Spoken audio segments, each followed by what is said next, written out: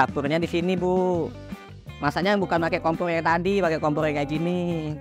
Ibu pernah lihat orang jualan gorengan kan apinya besar, nah, kayak gini nih kompornya ya ini.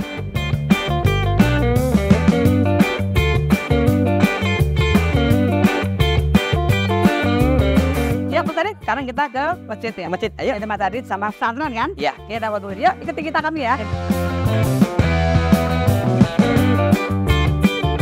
Ya ini dia nih Bu, alhamdulillah. Jadi Ya, udah jadi ya sini Ustaz ya. masjidnya udah jadi. Luas. Ini insya Allah sekolah gratis. Sekolah gratis ya. Nah, mulai dari TK. Nanti kan TK tuh di sini nih. TK, TPA. Anak-anak belajar gitu kan. Oke. Gitu. Terus ada ruang juga nih, ada ruang privat juga di sini. Oke. Duh, Tapi luar biasa nih Ustaz. ini kan belum jadi kan masih proses pembangunan. Ini ada toilet 2. Oke. Kayak gitu. Toiletnya tuh 2 konsep, ada yang duduk, ada yang jongkok. Oke. Kayak gitu. Ini jadi kayak kan Ustaz udah bikin masjid. Sekarang nih mau bikin untuk sekolah. Sekolah gratis. Sekolah gratis. Sekolah gratis coba. Belajar Udah berapa nih yang udah pada di sini? 120 anak santri yang belajar di sini. Alhamdulillah. Tapi rata dari sini ya Ustaz ya. Kan nyampe ke belakang nih ini. Itu meja kayak gitu tuh. Itu tuh. Lagi dilepas. Nah, itu bisa diperbanyak juga ya. Iya, nyampe ke belakang. Pembangunan dan peralatan sekolah. Ada 2 shift Bu, ada 2 shift. Oh, dua sih. Oke. Dan ini kalau misalkan ada yang tamu jauh atau apa, atau ada warga yang kedatangan tamu, bisa nginep di sini, hotel gratis dong. Aduh, hotel gratis. Kita siapin. Ya ampun.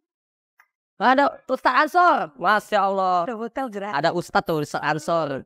Masya Allah. Ini kita lagi berkunjung ini. Pola apa Lihat ini? luar biasa. Ini katanya hotel gratis. Baru dibuat 1 kamar. Pakai AC, ada TV. Tuh, ada TV-nya juga. Boleh tuh. Sini Bu, ada Luar biasa. Aku injek aja, nggak apa-apa. Nggak apa-apa, lihat sini aja. Dan di sini ada ini balkon. Balkon. Waduh, enak banget. Kulkasnya. Waduh, Ada ada luar biasa ya. Ini hotel gratis, makan gratis, sekolah gratis, hotel gratis. Ini sholatnya gratis, semuanya coba serba gratis. Tadi ini dibantu oleh para pemirsa yang luar biasa. Banyak banget pelajaran kita hari ini ya, luar biasa ya. Banyak ilmunya. Dan kita menjadikan manusia ternyata masih banyak yang mesti kita lakukan untuk kebanyakan orang banyak. Tadi yang kalau kita mau ketemu di surga, banyakkan amalan yang kita harus lakukan. Oke?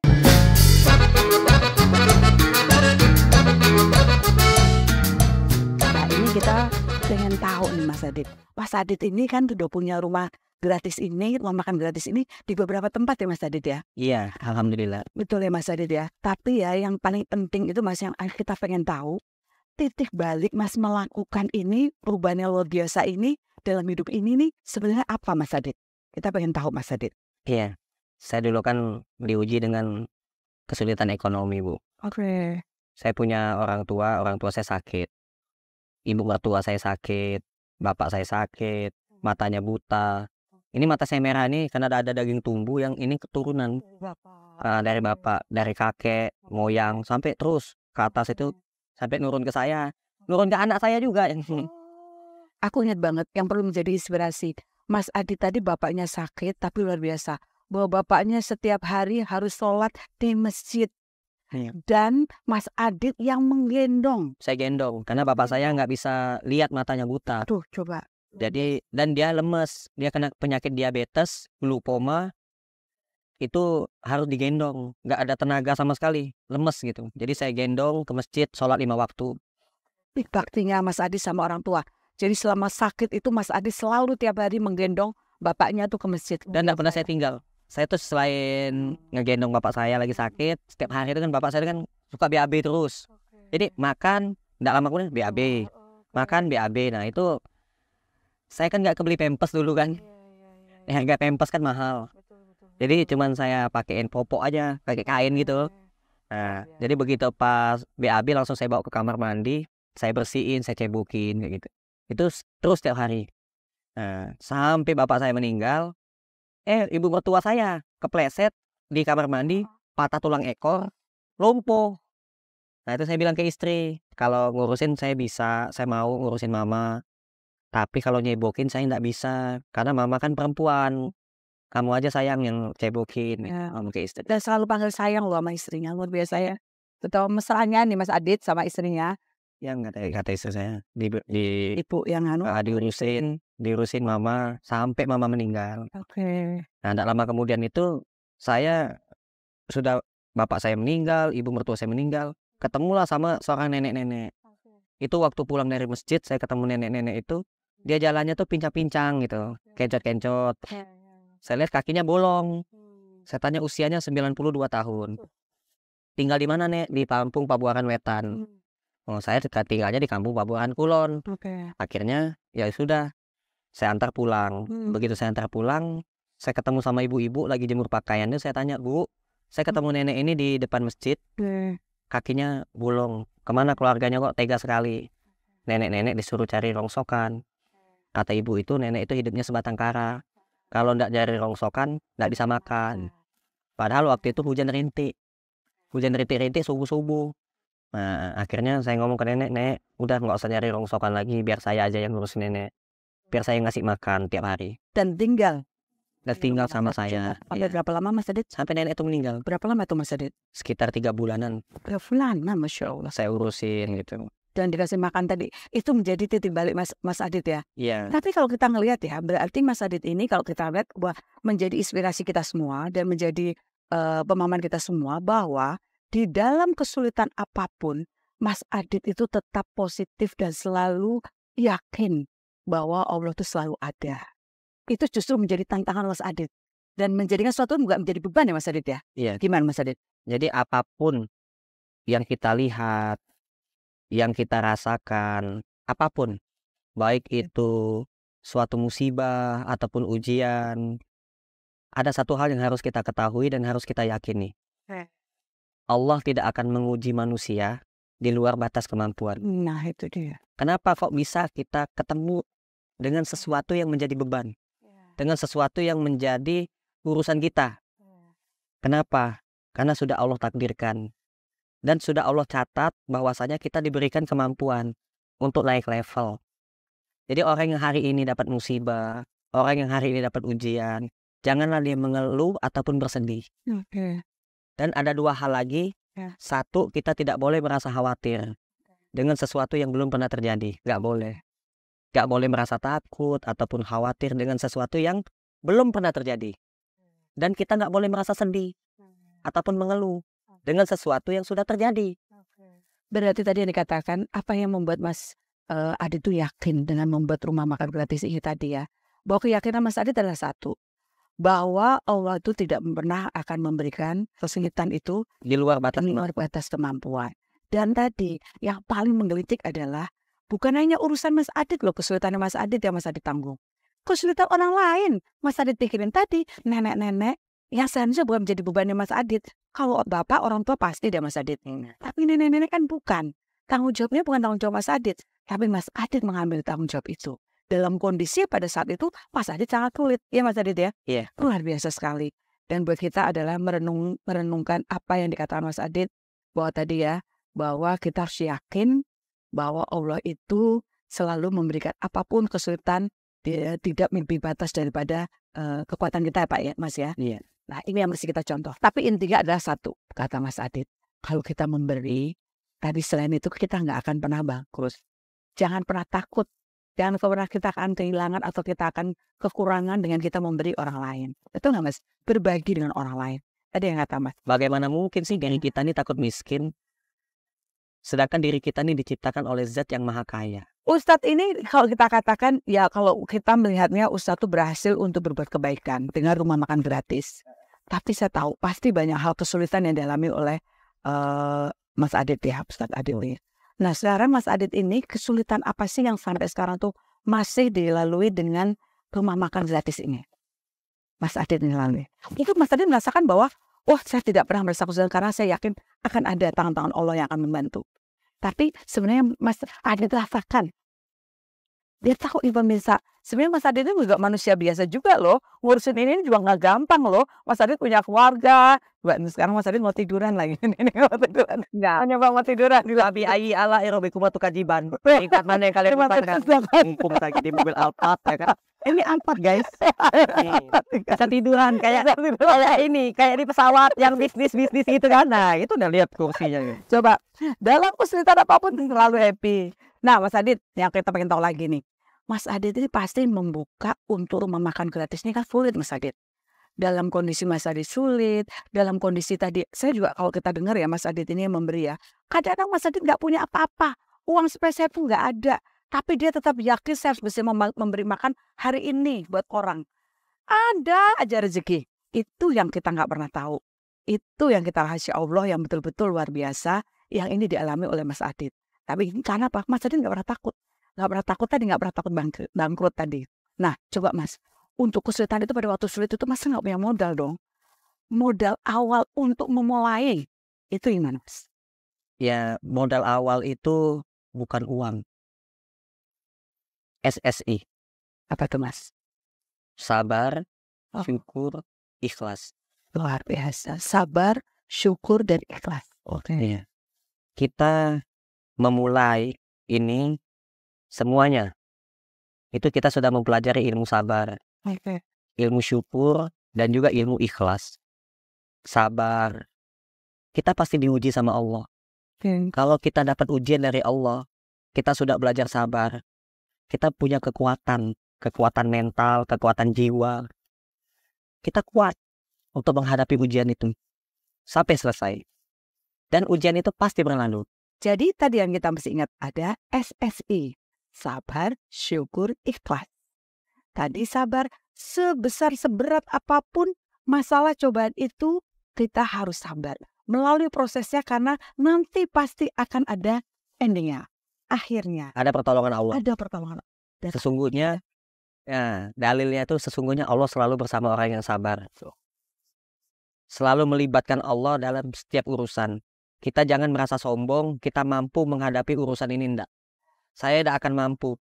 Saya tidak mampu untuk ngasih makan orang, tidak mampu. Tapi kalau saya diberikan kemampuan oleh Allah, diberikan kekuatan oleh Allah, SMBA. Sangat mudah bagi Allah. Haji itu biayanya mahal. Umroh itu biayanya mahal. Mobil itu harganya mahal. Dan rumah juga yang 2 lantai, pinggir jalan di Jakarta Timur, harganya sangat mahal.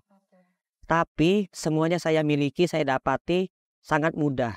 SMBA, sangat mudah bagi Allah. Sangat mudah bagi Allah untuk memberi kita rezeki. Sangat mudah bagi Allah untuk mengambil apa-apa yang kita miliki.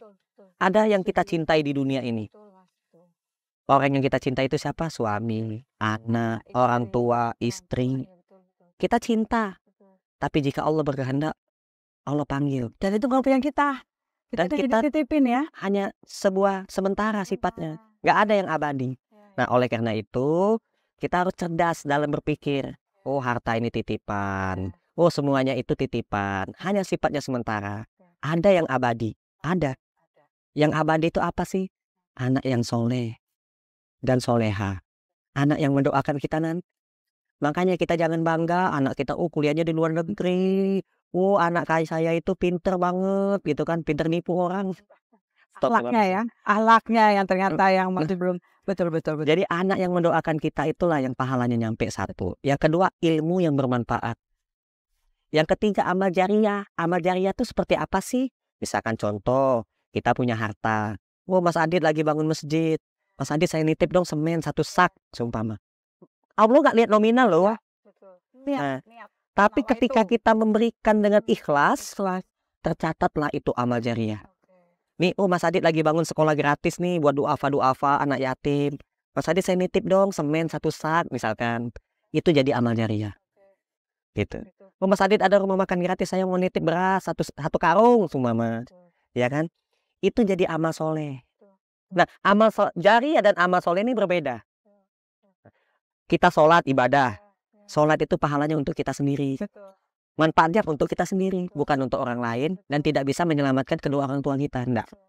Tapi dengan kita bersedekah, manfaatnya untuk orang lain, pahalanya untuk semua juga. Dan membahagiakan. Mas Adit boleh ceritain nggak tadi yang kisah yang buat saya sangat mempunyai makna bahwa Mas Adit tadi itu membantu anak yatim yang ternyata berapa tahun kemudian ketemu Mas Adit, yang ternyata yang diberikan Mas Adit itu tidak berarti apa-apa, tapi buat dia membuat dia bahagia dan ingat itu ya Mas Adit. Coba diceritain deh. Iya. Jadi ada kisah nyata 8 tahun yang lalu. 8 tahun yang lalu. 8 tahun yang lalu itu saya pernah ketemu sama seorang anak yatim. Oke. Yang mana saya lagi bagi-bagi sembako. Oke. Lalu ada anak kecil, saya tanya, orang tuamu mana? Bapak saya udah meninggal. Oh, berarti anak yatim. Kasih dia. Saya ngomong ke tim saya langsung kasih. Dia bilang gitu.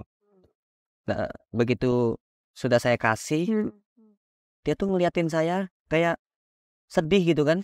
Nah, lalu saya kasih duit. Ini uang, peganglah, terimalah, simpan.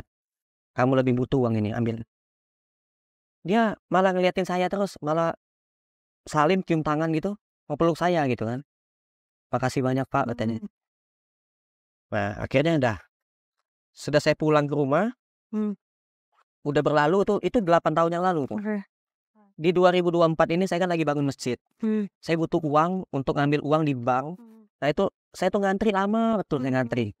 Lama betul. Terus ada mas-mas pegawai bank gitu ngeliatin saya. Tapi matanya melotot gitu ngeliatin saya tuh. Akhirnya saya nunduk gini kan. Lama saya nunduk, saya lihat dia masih ngeliatin saya. Saya tambah nunduk lagi gitu kan. Saya mikir apa saya salah apa sama dia ya apa gitu kan. Astagfirullahaladzim. Nah, begitu saya begini lagi, saya lihat dia malah nyamperin saya, malah tambah ketakutan saya. Tambah gemetar. Astagfirullahaladzim. Kenapa dia nyamperin saya? Gitu. Dia langsung bilang, Mas Adit ya? Pak Adit bukan? Iya, saya bilang. Ya Allah Pak, saya izin Pak, mau peluk Bapak katanya. Dia nangis, dia izin mau peluk saya. Iya, saya bilang. Saya Pian Pak, katanya. Pian ini siapa ya Mas? Lupa saya, mohon maaf saya bilang. Saya Pian Pak, gitu. 8 tahun lalu, saya anak yatim, pernah Bapak kasih sembako, pernah Bapak kasih uang, kasih 500.000 waktu itu kan. Dia ingat. Bapak, ini nunggu apa Pak katanya, ngantri apa? Yuk, saya bantu yuk katanya. Dan yang tadinya saya ngantri itu, jauh banget nomor antrian itu, langsung disuruh masuk, langsung bisa ngambil uang untuk tagihan masjid, material itu. Nggak ngantri lagi. Dipermudah sama Mas Pian ini. Nah, artinya kebaikan itu betul-betul berlaku. Dan tadi yang penting adalah tadi ikhlas, memberikannya ikhlas dan juga menerima bahagia. Karena ternyata dengan kebahagiaan itu dia tidak akan pernah melupakan. Itu yang selalu diingat-ingat sama Mas Adit.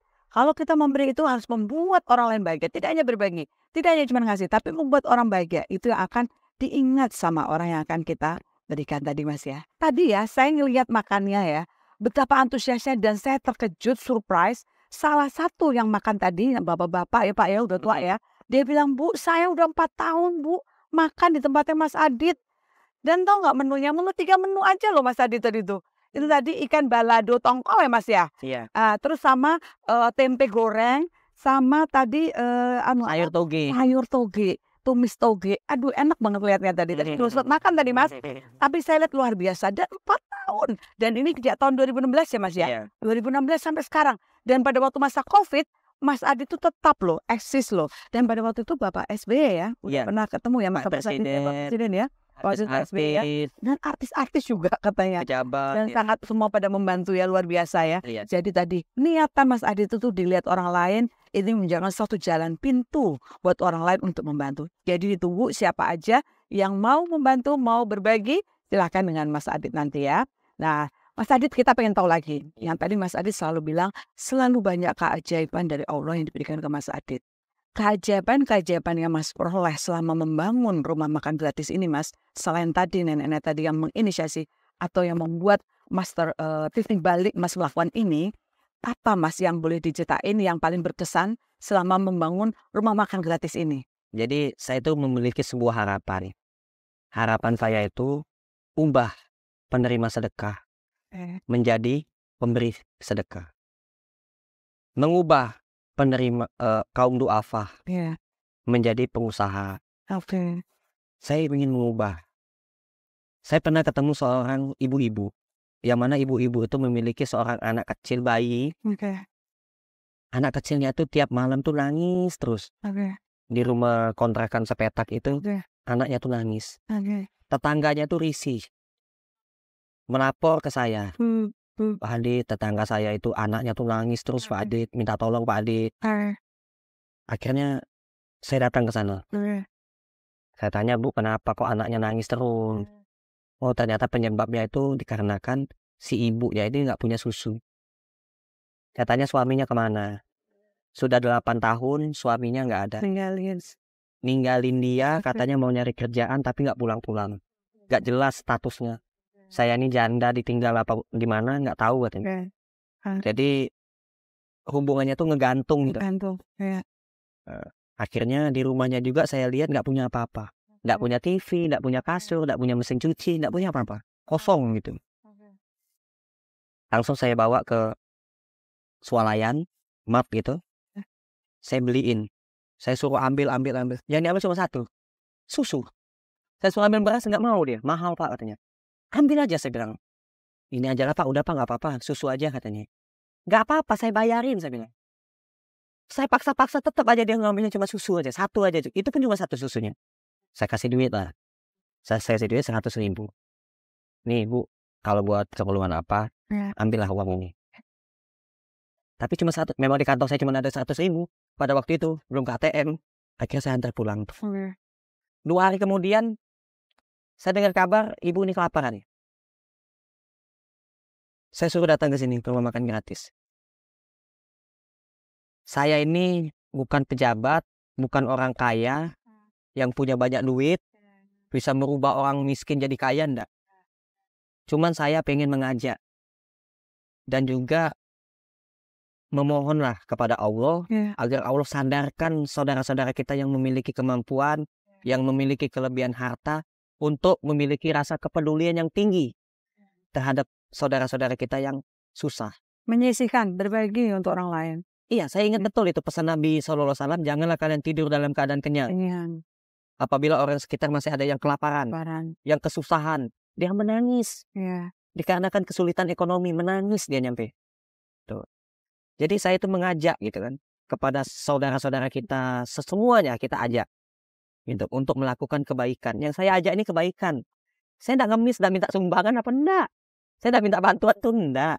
Saya cuma mengajak untuk melakukan kebaikan. Karena kita tuh tidak boleh berhenti untuk melakukan kebaikan. Luar biasa. Teruslah berbuat baik. Sampai kapan? Sampai kita meninggal dunia. Nah, jangan lupa ya, apa yang dikatakan sama Mas Adit, bahwa tadi sabar, syukur, dan ikhlas. Sabar menghadapi segala cobaan yang nanti pasti akan ada ujungnya dan indah pada waktunya. Dan yang paling penting dalam hidup kita ini adalah beramal. Beramal ini penting sekali. Karena tidak lagi bukan ibadah-ibadah untuk kita, tapi amalan. Bisa membahagiakan orang lain, mempunyai makna yang lebih dalam, bahwa kita harus bisa bermanfaat untuk orang lain, bisa beramal dan membahagiakan orang lain. Nah, yang mau berminat untuk membantu beramal di tempatnya Mas Adit, ini silahkan. Di sini ada rumah makan gratis. Nanti juga kita akan lihat ada masjid, ada pesantren. Yang luar biasa bahwa Mas Adit ini perhatian dengan sekitarnya, lingkungannya. Mas Aditya Prayoga ini pelopor rumah makan gratis di Indonesia. Masya Allah. Nah, semangat kemerdekaan yang sama, Mas Adit telah membuktikan bahwa setiap individu memiliki kekuatan untuk membuat perubahan yang berarti. Itu tadi ya, niat nawa itu yang baik. Jangan pernah kita khawatir dengan mimpi kita, apalagi mimpi yang baik. Mimpi yang untuk memberikan kebahagiaan orang lain itu luar biasa. Oke, saya Susi Adis. Sampai berjumpa di episode Ruang Waktu selanjutnya.